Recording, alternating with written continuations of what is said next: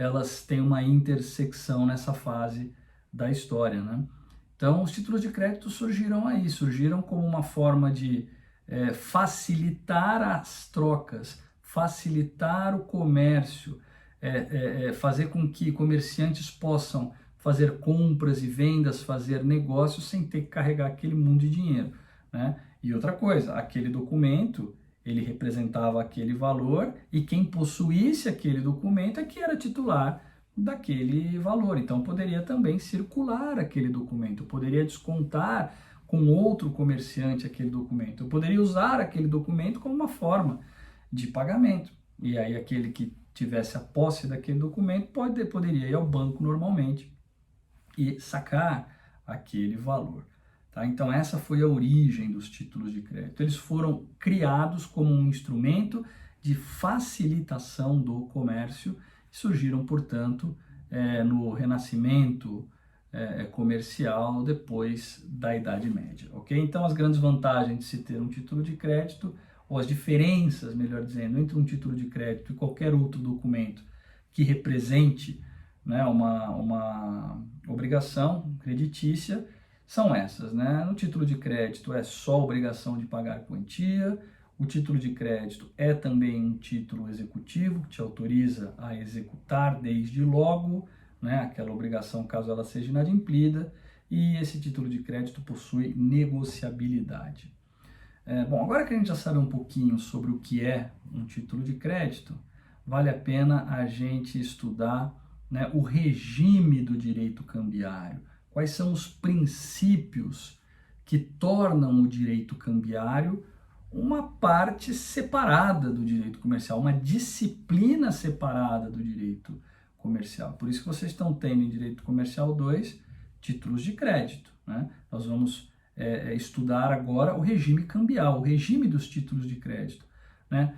O direito ele criou todo um arcabouço de regulação diferente para títulos de crédito em função da utilização dos títulos de crédito nos negócios comerciais, né? No comércio, nas trocas, ok? Então vamos lá, nós vamos estudar 5 princípios, que são 5 principais aspectos relacionados ao direito cambial. Princípio da cartularidade, princípio da literalidade, princípio da autonomia das relações cambiais, princípio da abstração e princípio da inoponibilidade das exceções pessoais a terceiros de boa-fé. Eu peço a vocês que prestem bastante atenção no regime cambial, nos princípios do direito cambial, porque essas questões, né, esses princípios, eles têm uma aplicação prática muito importante. O dia a dia exige o conhecimento desses princípios, né? O dia a dia da advocacia civil, comercial, o dia a dia da magistratura, né? Eu, quando era juiz civil, em execuções, em embargos de devedor, em impugnações ao cumprimento de sentença, não raras vezes tinha que decidir as questões utilizando os princípios cambiais para resolver aquelas lides. Na vara de falência também, volta e meia, existem questões que exigem um conhecimento específico dessa área do direito, desses princípios. Portanto, não são questões meramente cerebrinas, não são discussões meramente acadêmicas.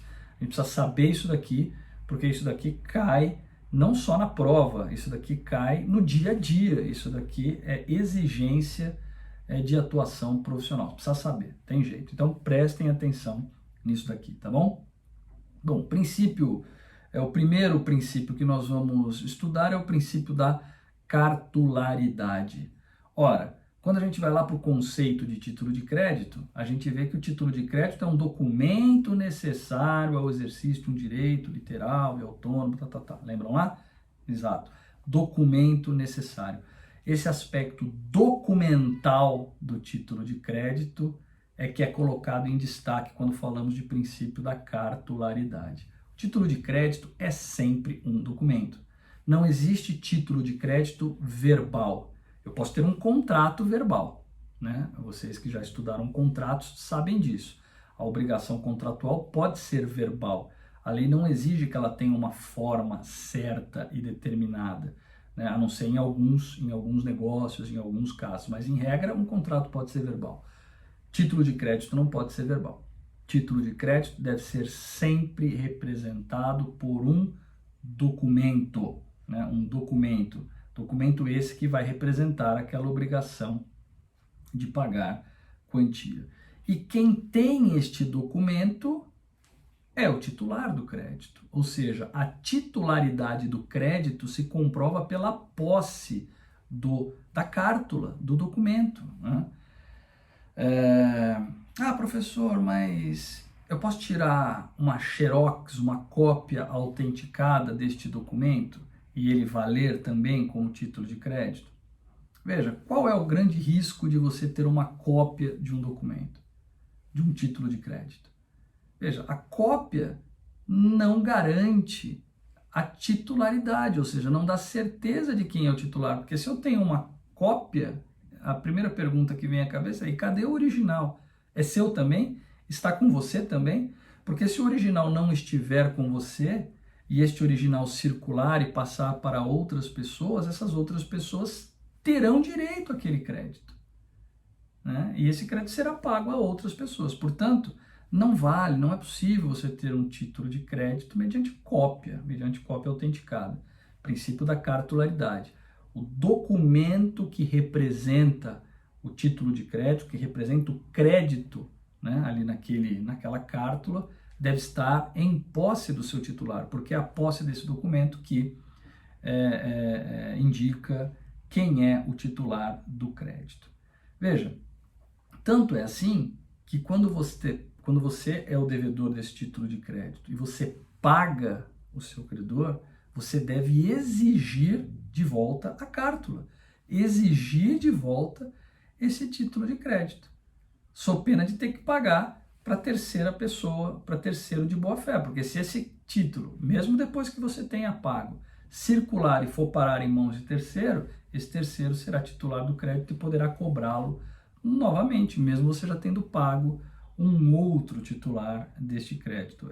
São as inopunibilidade e exceções pessoais do terceiro de boa-fé, que nós vamos ver daqui a pouco. Então, sempre que fizer o pagamento do título, você tem direito de exigir, né, a cártula original para evitar a circulação deste título, né, do crédito. E mais, não só para evitar a circulação, mas também para poder exercer os seus direitos de regresso, né? Nós vamos ver as relações cambiais, o que é endosso, o que é aval, né? Enfim, nós vamos ver todos os atos cambiais, mas você pode ter direito de regresso.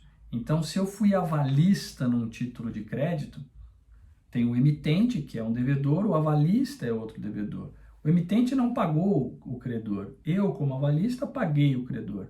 Para eu exercer o meu direito de regresso contra o devedor original, porque eu paguei a dívida que não era minha, era dele, eu só era garante naquele título de crédito, eu preciso da cártula. Então, quando pago um título de crédito, tenho o direito de exigir a cártula. Por quê? Para evitar que ela circule, eu tenho que pagar 2 vezes a mesma coisa para terceiro de boa fé e também para poder exercer os meus direitos de regresso, caso eles existam. Eu preciso da cártula. Princípio da cartularidade. Cártula é documento, né? São sinônimos. Princípio da cartularidade, princípio da documentariedade. Poderíamos dizer algo nesse sentido. É importante também, quando se fala de cartularidade, a gente lembrar ou relembrar o conceito de incorporação. E aqui não estou falando de incorporação imobiliária, não. Incorporação cambial. O que significa isso? O Fábio Ulloa nos traz um conceito dizendo que incorporação é a amálgama entre documento e o direito de crédito. Ou seja, o crédito e o documento, eles se misturam, eles são a mesma coisa.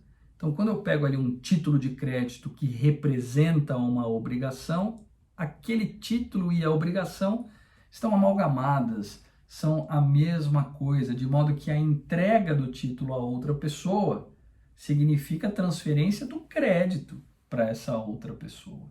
E não só a transferência do crédito, mas a transferência de todas as faculdades, do exercício das faculdades derivadas desse crédito.